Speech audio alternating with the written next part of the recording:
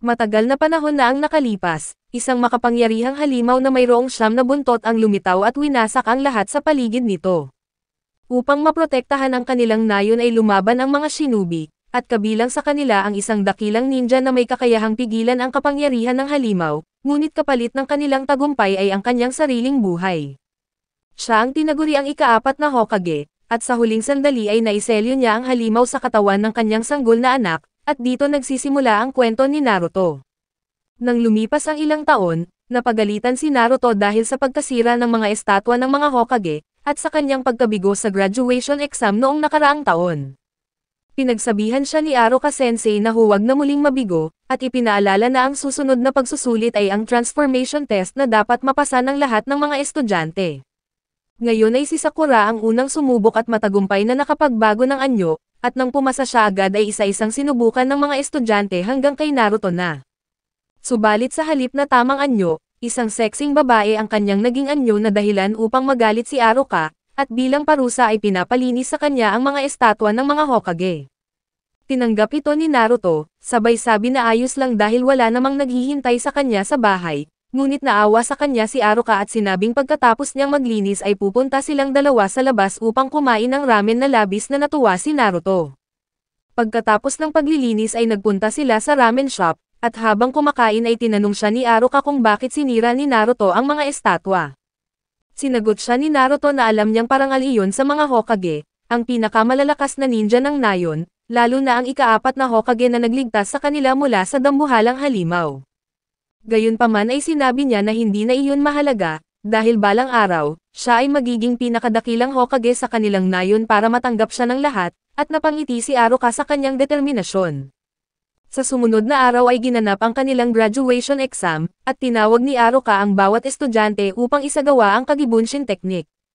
Ngayon ay kinabahan si Naruto dahil ito ang pinakamahina niyang jutsu, ngunit sinubukan pa rin niya, at sa kasamaang palad ay isa lang at halos walang buhay ang nagawa niyang kopya.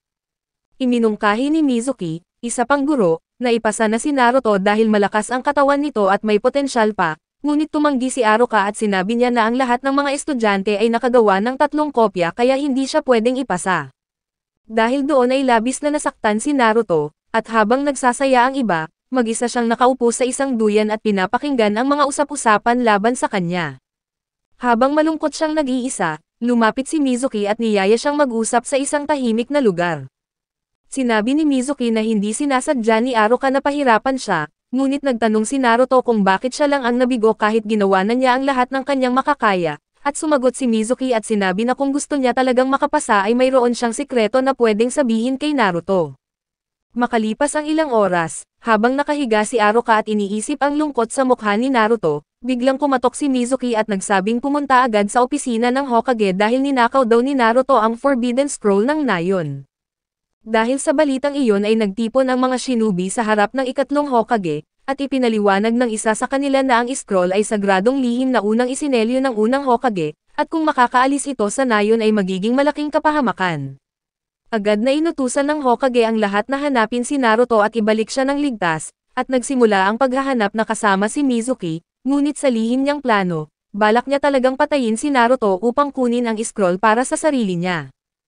Sa kabilang banda, mag-isa si Naruto habang hawak ang scroll at sinusubukang mag-ensayo gamit ito, ngunit sa ilang sandali ay natagpuan siya ni Aruka at tinanong kung bakit nasa kanya ang scroll. Ipinaliwanag ni Naruto na si Mizuki ang nagsabi sa kanya kung saan ito makikita, at sinabi nito na makakatulong iyon para siya ay maging mas makapangyarihan at matutunan ang mga teknik ng mga ninja. Dahil doon ay nagulat si Aruka, ngunit bago pa man niya mapigilan si Naruto ay bigla silang inatake, kaya't iniharang ni Aruka ang sarili niya upang protektahan si Naruto at siya ay nasugatan. Naguluhan si Naruto sa nangyari hanggang sa binalaan siya ni Aruka na huwag ibigay ang scroll kay Mizuki, at ipinaliwanag ni Aruka na ang scroll ay naglalaman ng mga delikado at ipinagbabawal na teknik, at gusto lamang ni Mizuki iyon para sa pansariling kapakinabangan. Sinubukan naman ni Mizuki na lokohin si Naruto, sinasabing ayaw umano ni Aruka na siya ay magtagumpay at itinago nito ang totoong kapangyarihan ng scroll. Pagkatapos ay ibinunyag ni Mizuki ang lihim na matagal nang itinatago ng buong nayon kay Naruto, na nasa kanya mismo ang 9 na buntot na demonyong halimaw na tinatawag na Kyuubi, na pumatay sa mga magulang ni Aruka at nagdulot ng matinding kaguluhan sa Leaf Village. Ayon kay Mizuki, dahil dito ay kinamumuhian siya ng lahat kasama na si Aruka, at naalala ni Aruka ang sinabi ng ikatlong Hokage noon, na iniiwasan ng mga tao si Naruto kaya siya ay madalas magpasaway upang mapansin lamang. Ngayon ay naramdaman ni Aruka ang awa at pangunawa, samantalang si Naruto naman ay naguluhan at nagalit, at nang muling umatake si Mizuki ay muling humarang si Aruka at tinamaan ng matinding pinsala. Nang magtaka si Naruto kung bakit patuloy siyang pinoprotektahan ni Aruka ay ipinaliwanag ni Aruka na magkatulad sila, pareho silang nawalan ng mga magulang sa gyera laban sa halimaw, at pareho rin silang nag-iisa habang lumalaki. Pagkatapos ay humingi ng tawad si Aruka, sinasabing kung mas naintindihan lang niya noon si Naruto ay baka naging magkaiba ang lahat, ngunit binatikos ni Mizuki si Aruka, sinasabing nagsisinungaling lang ito para makuha niya kay Naruto ang scroll. Dahil sa galit ay tumakbo si Naruto na dala ang scroll, kaya inakala ni Mizuki na kumakampi ito sa kanya at maghihiganti sa nayon, ngunit patuloy na ipinagtanggol ni Aruka si Naruto dahil naniniwala siya na hindi ito magagawa ni Naruto. Habang tumatakbo siya sa gubat ay hinabol siya ni Aruka at pinakiusapan na huminto, at sinabi niya na nagsisinungaling si Mizuki, ngunit bago pa man niya maipaliwanag ay biglang inatake siya ni Naruto at kinuha ang scroll, na kalaunan ay napagtanto niya na si Mizuki pala ang nagpapanggap bilang si Aruka. Lumabas ang tunay na Aruka mula sa likod ng puno na nakahalata sa panlilinlang ni Mizuki, ngunit tinukso ni Mizuki si Aruka, sinasabi na tanga ito dahil ipinagtatanggol niya ang batang pumatay sa kanyang mga magulang, ngunit mariing itinanggi ni Aruka iyon at ipinahayag na si Naruto ay hindi isang halimaw. Ipinagmamalaki pa niya na si Naruto Uzumaki ay ang kanyang paboritong estudyante, ang bata na laging nagbibigay ng buong puso sa lahat ng kanyang ginagawa. Natuwa si Naruto sa mga salitang iyon at hinarap si Mizuki at binalaan ito na huwag atakihin si Aruka, at gamit ang bagong natutunang Shadow Clone Technique, nilikha ni Naruto ang napakaraming kopya ng kanyang sarili at sabay-sabay na tinalo si Mizuki. Matapos ang labanan ay sinabi ni Naruto na baka nasobrahan siya sa pag-atake, habang si Aruka naman ay namangha sa galing niya, iniisip na balang araw ay maaaring maging pinakamalakas na Hokage si Naruto. Pagkatapos ay pinapapikit ni Aruka si Naruto, at nang dumilat ito ay nakita niyang itinatali ni Aruka sa kanyang noo ang headband ng nayon, hudyat ng kanyang opisyal na pagkakagraduate bilang ninja. Ipinangako ni Aruka na pagbalik nila sa nayon, magpapakasaya silang dalawa sa pagkain ng ramen, at sa sumunod na araw ay nagtungo si Naruto sa ikatlong Hokage upang ipasa ang kanyang graduation form. Ipinaliwanag niya kung gaano ito kahalaga, ngunit bago pa siya matapos, may batang biglang tumakbo at tinangkang atakihin ang Hokage, subalit biglang nadapa ito bago pa man siya makalapit.